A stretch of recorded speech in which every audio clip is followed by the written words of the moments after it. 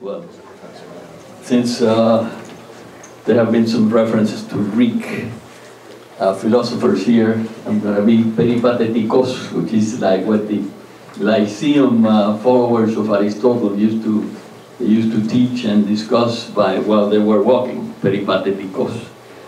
So from Chronos, which is the follower of time, I become a follower of Aristotle.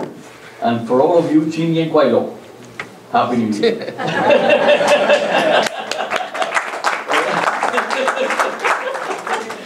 Well, I feel like the sixth husband of Elizabeth Taylor, knowing very well what I have to do, but sort of not very sure that it will make a difference. Now, the Taiwanese experience is very important for Cuba. Let me tell you that there is one very important factor at the beginning, and it is that 50 years for Taiwan being dominated by the Japanese, they had to learn Japanese. The whole system was changed to the Japanese system, who were completely under that reign. And for me, what has happened in Cuba is the same. We have been completely dominated by a system which the education of the Cuban citizens have been top-down, determined by a group of people which are communist, and therefore that has a very important consequence for the education of the people, from the primary schools upwards. Also, the idea of a return back to Spain. For me, the Castros are a return back to Spain. Two Galician dictators following a Franco model. So it's a combination of communism with it's something which is very similar to the Japanese notion of domination from the top. Okay, so I think that's the first great comparison between Taiwan and Cuba. These terrible consequences that they went about, and eventually they could transform their society after that, and the fact that they were successful. They were successful, we can be successful too. The first thing that was pointed out before, because I didn't know, of course, what my colleagues were going to say before I had some ideas of the similarities. Agrarian reform. The first thing we have to do is the real agrarian reform. What Fidel Castro did not do in Cuba. Fidel Castro really promised agrarian reform and created state farms. I'm completely taken over by the idea of one famous agricultural expert that went to Cuba in 1959. I met him, Jacques Chonchot, later the agricultural minister of Salvador Allende in Chile. And he wrote an article criticizing the agrarian reform in Cuba, saying it's gigantism, it's state farms. The farms were never given to the peasants. They were never really distributed. And this was really the beginning of the failure of the agricultural reform in Cuba. There was never any agrarian reform. So the first thing we have to do is agrarian reform. The first thing that Taiwan did, agrarian reform.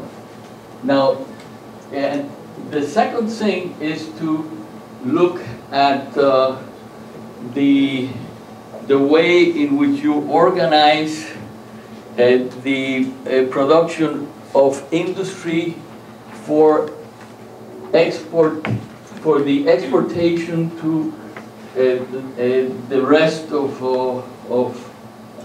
their commercial partners that Cuba may have in the future. Will be the same kind of policy. We need foreign help.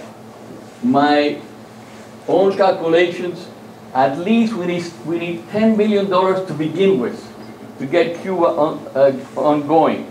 You saw what it meant for Taiwan. 15 years of United States help, United States aid for 15 years. We're going to be needing a lot of help, a lot of aid from the United States, the European Economic Community. We're going to be needing a lot of foreign help in order to develop. That's another very important coincidence between Taiwan and Cuba. That would be the beginning. Then the next thing that has to be done, which is similar to what the Taiwanese world went through, is be restrictive as to foreign investment. Not be completely open to foreign investment. Look at the internal efforts from the Cuban economic community inside Cuba, the economic community here in Miami, but we need to have a policy of foreign investment that is something that would be amenable to Cuba's development, not allowing Cuba to be what has happened now. Cuba is in the hands, let me tell you, a few people know this, 50% of all Cuban exports are in the hands of foreigners. That Cuba does not practically export anything if foreigners are not involved. Even more than that, more surprising, 40% of all of the production in Cuba is in the hands of foreigners. The foreigners are practically the ones that dominate the Cuban economy. People are not aware of this. They feel that it's just an internal effort. We have to be sure that we are not dominated, the Cubans are not dominated by foreign investors like it has been in the last 50 years.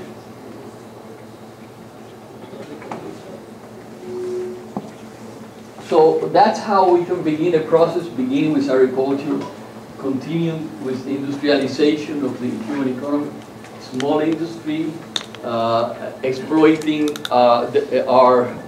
the nearness that we have to the Caribbean markets, to the Central American markets, to Mexico, to Miami. That would be really our bailiwick. We'd be organizing the Cuban production into an export development process, like in the case of Taiwan.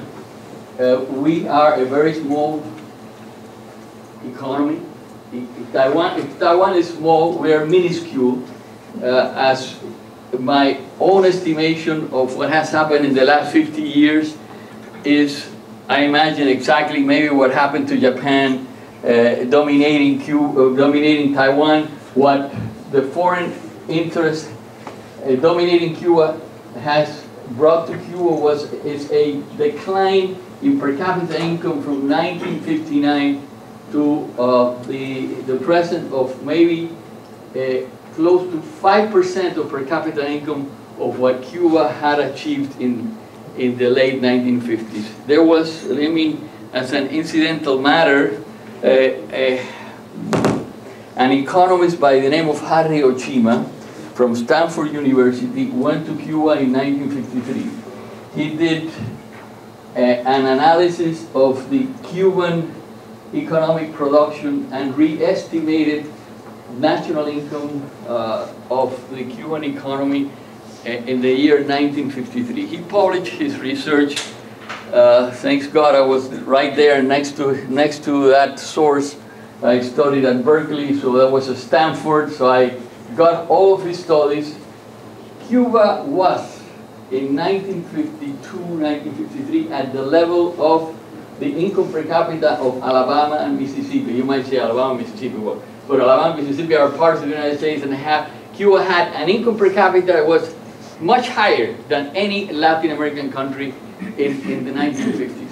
I imagine maybe in 1895, before the famous China-Japan War, or Japan-China War, depending on how you want to say it, in 1895, Taiwan maybe was a more developed country than what it was 50 years later under Japanese domination.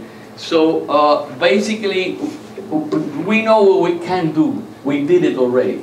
Cuba was a developed country in the 1950s, and it can return to that type of development if we have a way of really knowing exactly how we're going to limit foreign intervention, how to organize agricultural reform, how to develop industry, clearly through the Japanese, the Taiwanese example of the export processing zones, light manufacturing, maybe medium manufacturing, developing different levels of expertise, and having a very close relationship so that we can export our products and at the same time invest our capital in the Caribbean area, including Miami. Have an interchange between the Miami economy so it can become like a twin economy, the Miami economy and the Cuban economy.